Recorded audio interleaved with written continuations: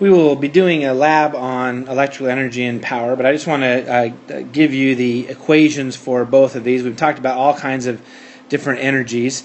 There is an electrical energy and electrical power. We don't do a lot of electricity in this physics class, but I do want to show you these equations so you know how to apply them. For electrical energy or work, let's just do electrical energy. It's the voltage, which would be in volts, times the current, it's given by the letter I, which is in amps, times the time in seconds. So V, just so we know what these are, V is voltage in volts. Volts. I is the current in amps. And of course time is in seconds. So if you take the volts times the amps times the amount of time, that will give you your energy, and the units for energy, of course, are joules. So we're going to be applying this equation in our lab. So I want you to know how to see that.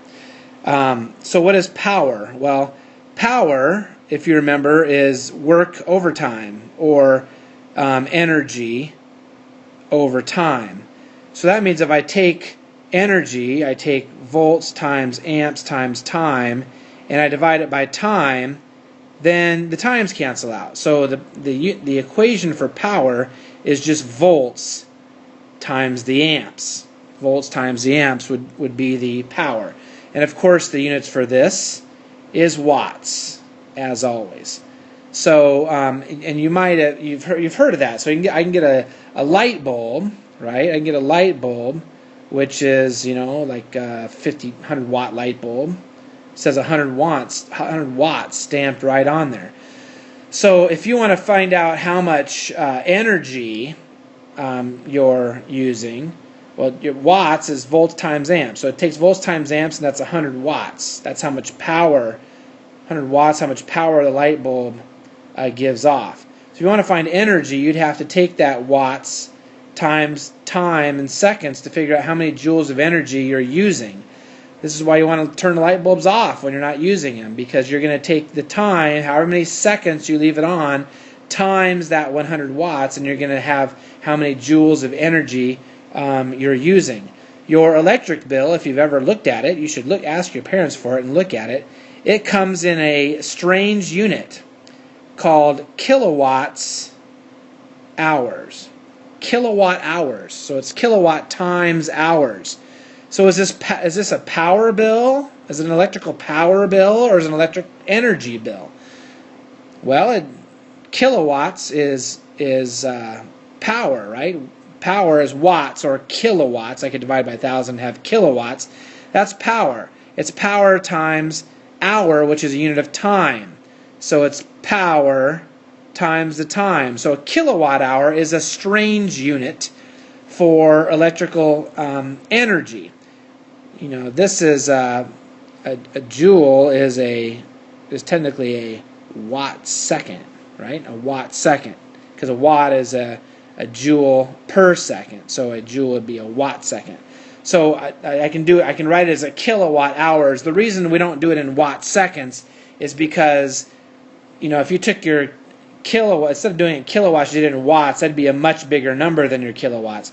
If you did it in seconds, that'd be a much bigger number than your hours. So if people got a bill that was actually in watt seconds rather than kilowatt hours, you would have these huge numbers on the bill, which would really freak people out. So we've done, instead of watts, we do kilowatts. Instead of seconds, we do hours. But a kilowatt hour is a unit for energy. One last thing, we did in chemistry, we talked about this equation, Q, the MCAT equation. Some of you might remember it, where we have the mass of a substance times the specific heat constant of a substance times the change in temperature, Tf minus Ti. And that was Q, which was thermal energy. This was also in joules, right? It was also in joules, so it's a different form of energy. But in chemistry, we actually use another unit besides just joules, we talked about calories that you're burning. And if you remember, the conversion was 4.184 joules equals 1 calorie. And we did this because sometimes this MCAT equation, depending on if we put the specific heat constant, it could have been in joules per gram degree Celsius, or sometimes it was in calories per gram degree Celsius. If you remember, the specific heat constant of water was 1 calorie per gram degree Celsius. It was 1, or 4.184 joules per gram degree Celsius. But this is thermal energy, and it's just another form of it. We have a lot of equations for energy: potential energy, kinetic energy, rotational kinetic energy, elastic potential energy, electrical energy, and now we have thermal energy. All of these are on the same units, joules, or just different ways maybe to calculate them out. So we will be applying this in a lab, and I just wanted you to be able to know the equations so that you might be able to, if you get a problem, you might be able to plug some of that in.